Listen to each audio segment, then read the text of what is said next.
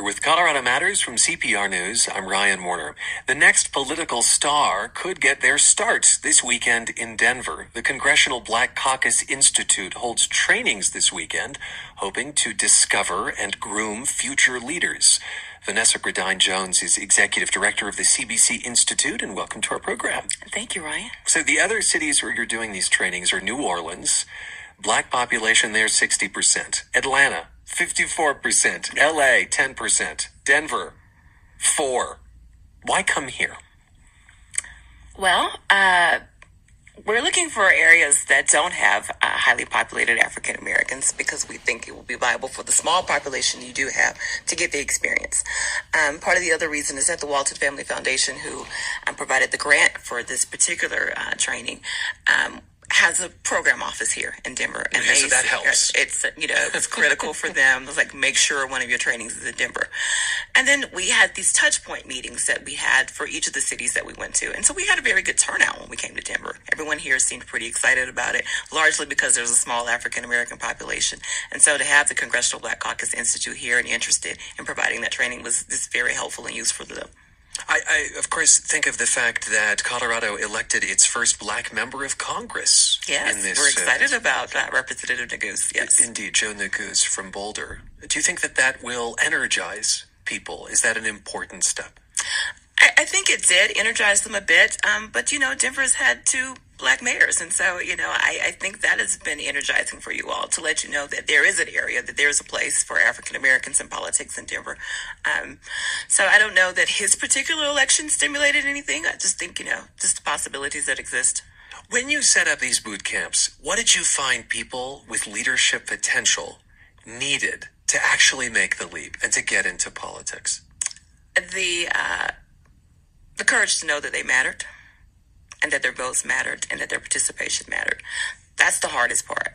Most people feel like, politics is the area that's just for the elite and that has been in it or have generational representation in the area. And this is not true. Well, it's partially true. Things have changed so much in politics, and what we thought was standard and true, that you're open to all kinds of possibilities now.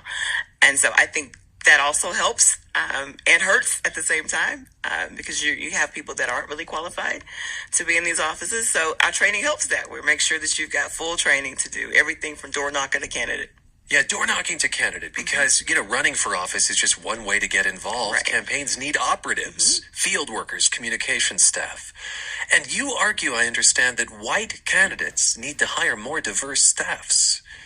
Tell me why, and is there a good pipeline for those kinds of operatives?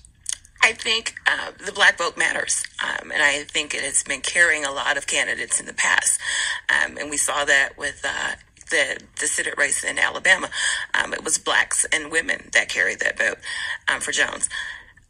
So I think that if we provide training and we, let people know that you can get involved and to show them again that their vote matters, I think African Americans get marginalized in an area where your vote only matters when it's time for the actual vote, but your actual participation isn't needed in the mindsets of the candidates. And I think then African Americans start to feel the same way. They feel like they've been taken for granted. And so there are lots of highly trained operatives out there ready to work on campaigns and to help candidates of all races, not necessarily just white. But, we have the same issue with African American candidates because they've gotten so used to seeing just white or majority white operatives that's who they gravitate toward. Clearly, these are the only people that know how to run a campaign. Oh, that's so interesting. It's not just a function of white campaigns. Right. Uh-huh. It's nice to say your vote matters, but if you encounter someone who fundamentally doesn't believe that's true, I'm interested in the conversation you have with them to change their mind. Funny you say that, Ryan. So one of our touch point meetings was just held maybe a month ago in Atlanta, and I was at the airport. And the Uber driver picked me up, and we're leaving the airport. And so I asked him, how do you feel about your mayor? And because I saw the sign where she says, welcome to Atlanta. Welcome to Atlanta. Uh-huh. And he says, who are you talking about? I said, the black woman on the sign we just passed. And he's like, our mayor's black? your mayor's been black for decades. What are you saying to me? And he said, what do you do for a living? So I started to tell him. He was like, well, you're going to give me a hard time because although I'm college educated, I've never voted. I'm 24 and I've never voted in an election. And I said, I don't understand how that's even possible. And he said, because it has nothing to do with me. When I'm older and I have children, then perhaps I'll, get interested and involved. And I said, but everything from the day you're born to the day you die is part of a government function. And so if you're electing bad politicians and they're, creating bad policy, it's going to affect you for generations. It's like, so why would you continue that cycle that you have to try and correct once you actually have children? And he said, well, I still don't see how it involves me. I said, well, you had to have a driver's license to be an Uber driver. That's a government function. I said, policies could be enacted that would change that. And so he's like, well, maybe by the time we get to the hotel, you would have convinced me to at least look into the next group of candidates coming up. But that is the challenge, Ryan. And I say most people that are coming to our trainings are already involved in politics in some way, or in organizing and in leadership. So it's the person that has no interest that I really need to reach. And so I hope for most of the trainings that those people will then go out and reach those folk. Yes. You're listening to Colorado Matters. I'm Ryan Warner, and we're speaking with the Executive Director of the Congressional Black Caucus Institute. That's Vanessa Griddine-Jones. The Institute is holding trainings this weekend in Denver, one of a select number of cities that they've chosen. Is this mainly a boot camp for Democrats? I mean, every member, I think, of the Congressional Black Caucus, which you're attached to, is a Democrat.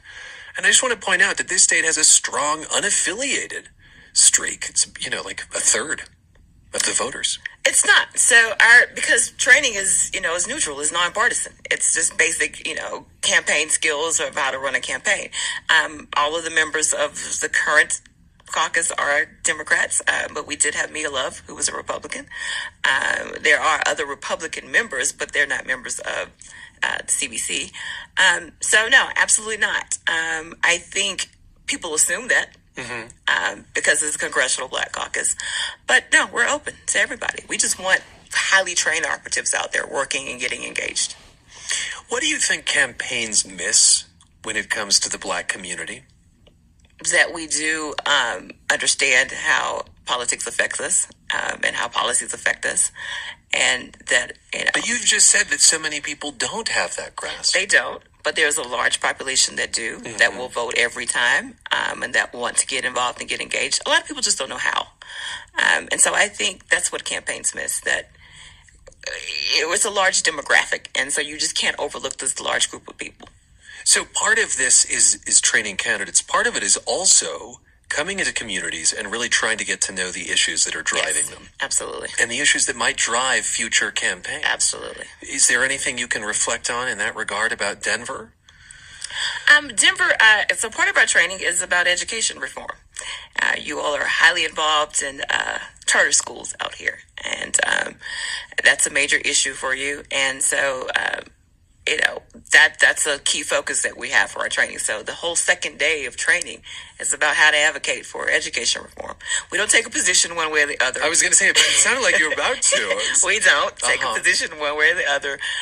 Why that issue, though, do you think? Again, most of these trainings, the 4 additional ones that we've done, are highly focused on what the Walton Family Foundation is interested in. Okay. And they're it's an honest answer. Being honest. And they are highly interested in education reform. And so that was a large component for us to add to the trainings. What role do you think you played in the 2018 midterm elections? And what role do you foresee having in 2020? So because we're nonpartisan and slightly non-political, I know that sounds crazy when I say that, and it sounds crazy when we're dealing with that in Congress as well. We didn't have a large role. The Congressional Black Caucus PAC had more of an impact because they were out raising money for candidates and deploying people to work on their campaigns. Sort of a third arm. Yeah. Yes. And we were just trying to make sure that we had people trained for the candidates who wanted to have people to help them out on their campaigns. Do you think you'll get candidates out of this training? I hope so. One of your House of Representatives, Dominique State Jackson. House? Dominique Jackson is a former boot camper.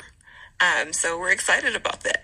And she came out to our initial touch point meeting to talk about her experience when she was a boot camper. So there's all sorts of possibilities out there. And so we hope so. We have Congressman Stephen Horsford from Nevada is a former boot camper. former Secretary of Transportation Anthony Fox was a boot camper. So there are opportunities if you want to take them. We provide the training. So thanks for being with us, Vanessa. thank you Nice so to meet much, you. Ryan. Vanessa Griddine-Jones is Executive Director of the Congressional Black Caucus Institute, which holds trainings this weekend in Denver.